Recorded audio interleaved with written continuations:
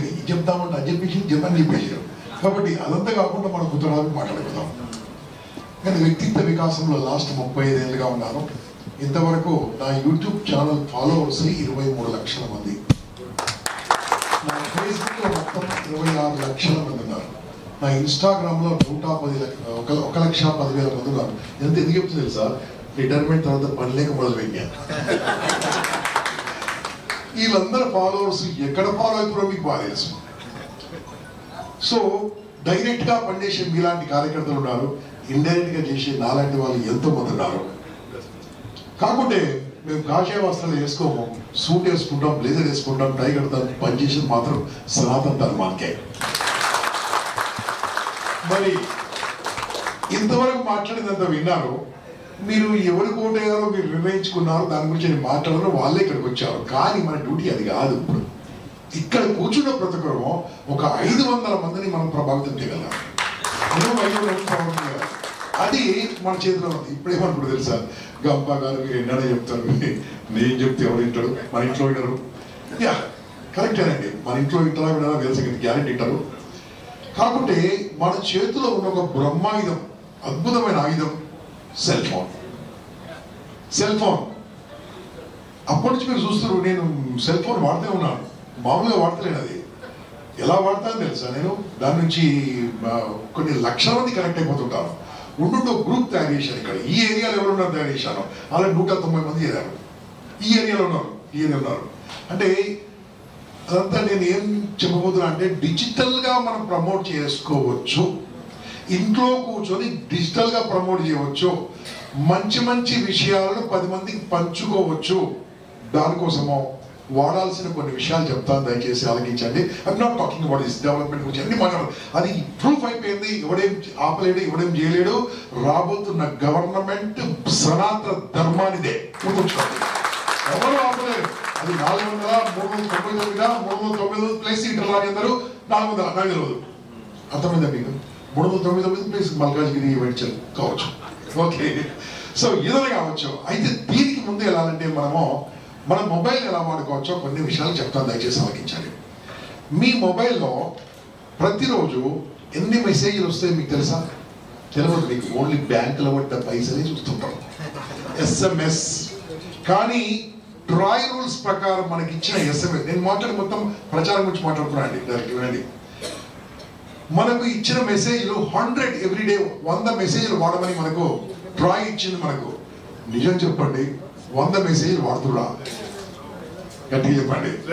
వాడట్లే అంటే మనం telephone computer గిరి రా ఇక్కడ రా. గిరిబాబు అంటే ఈజ్ ఎక్స్ట్రాడినరీ ఫైనాన్షియల్ ఎక్స్పర్ట్. ఎందుకు మన దేశం ఒక 5 ఏళ్లలో 10 ఏళ్ళలో 20 ఏళ్ళలో ఏం బాబతుందో మాట్లాడని నేను పిలిచాను. సార్ కూడా 10 నిమిషాలు ఇద్దాం తర్వాత. Okay right. ఇక్కడ ఉచితంగా అనిపించింది నాకు, అంతా డబ్బు మాట్లాడుతున్నా, డబ్బు మనిషి రావాలని డబ్బు మనిషిని పిలిచారు ఇక్కడికి.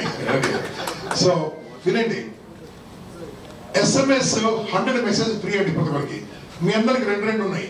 ఏంటి? సిమ్. ఓకే, సరదా మాట్లాడుకో, సీరియస్ వస్తుంది కదా. 2 సిమ్లు, 2 మొబైల్ ఉన్నాయి. ఒక్కటే ఉండొచ్చు.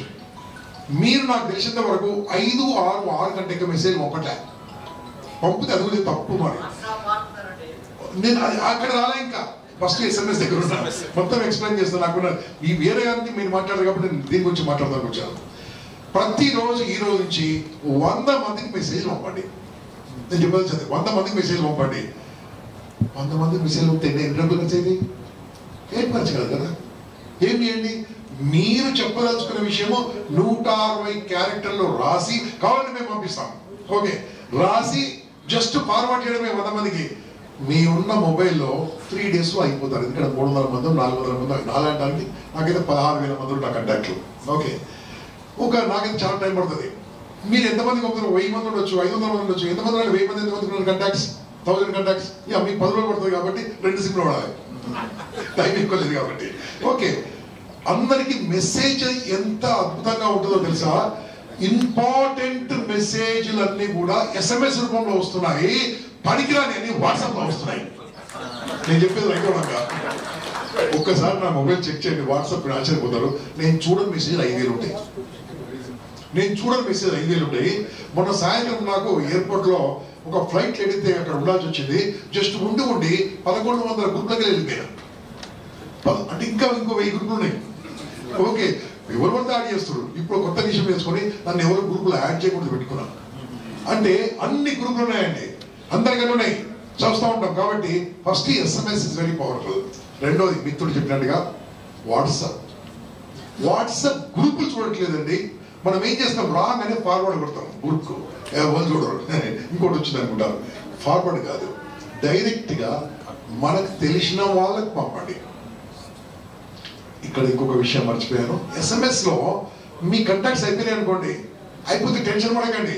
ఎవరన్నా ఒకరు మీ నంబర్ చెప్పగలగారా? ఎవరన్నా మీ నంబర్ చెప్పాలి, ధైర్యం ఉన్న వాళ్ళు చేయమంటే మీ నంబర్ ఎవరు చెప్తారు? ఎవరన్నా ఒకరు దయచేసి సార్ మీ నంబర్ చెప్పండి సార్. సార్ చెప్తాడు, చెప్పండి సార్, చెప్పండి సార్. సార్ మీ అంత ఫాస్ట్ కదా సార్, కొద్దిగా స్లో ప్లీజ్. 9000 అందరూ వినండి జాగ్రత్తగా.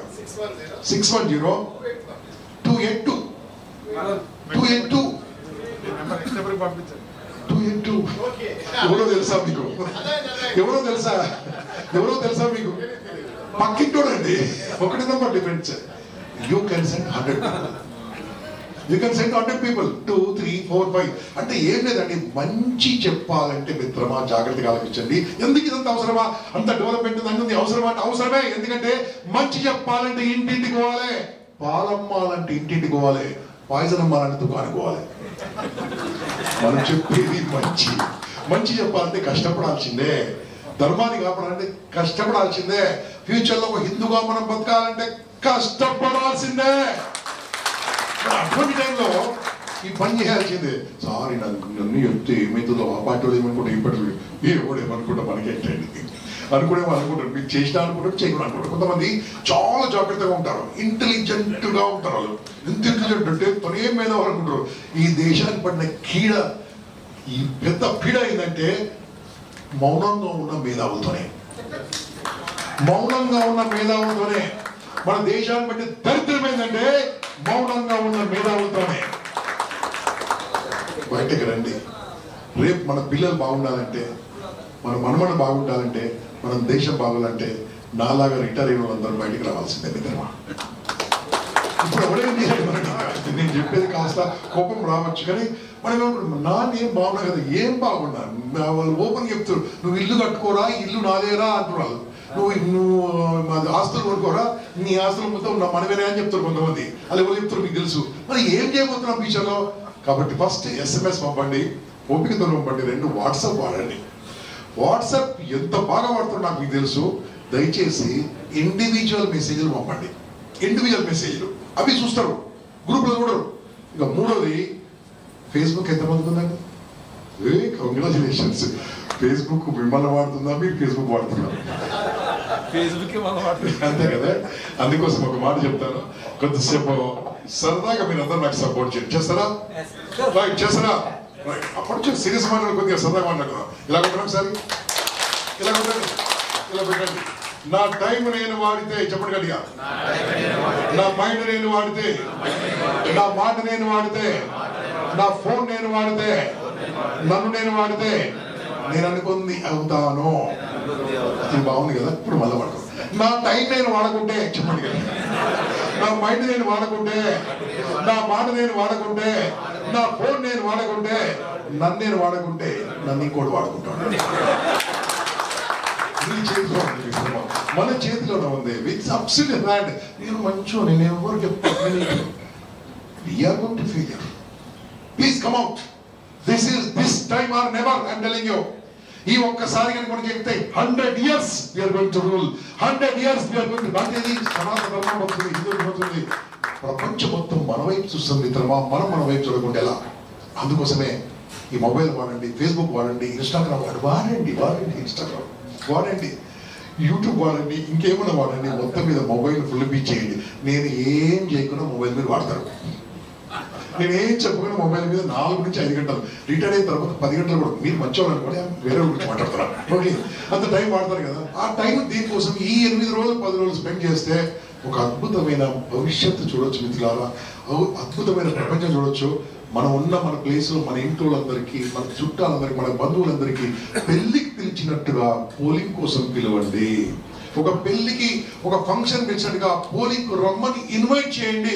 వెళ్ళావా, భోజనానికి వచ్చావా అన్నట్టుగా పోలింగ్ వేసావా, ఓటింగ్ వేసావా అని అందరికి చెప్పడం వల్ల ఆ పర్సంటేజ్ పెంచితే లాభం మనకే మిత్రమా. ఈ విషయాలు కొన్ని చెప్తున్నాను.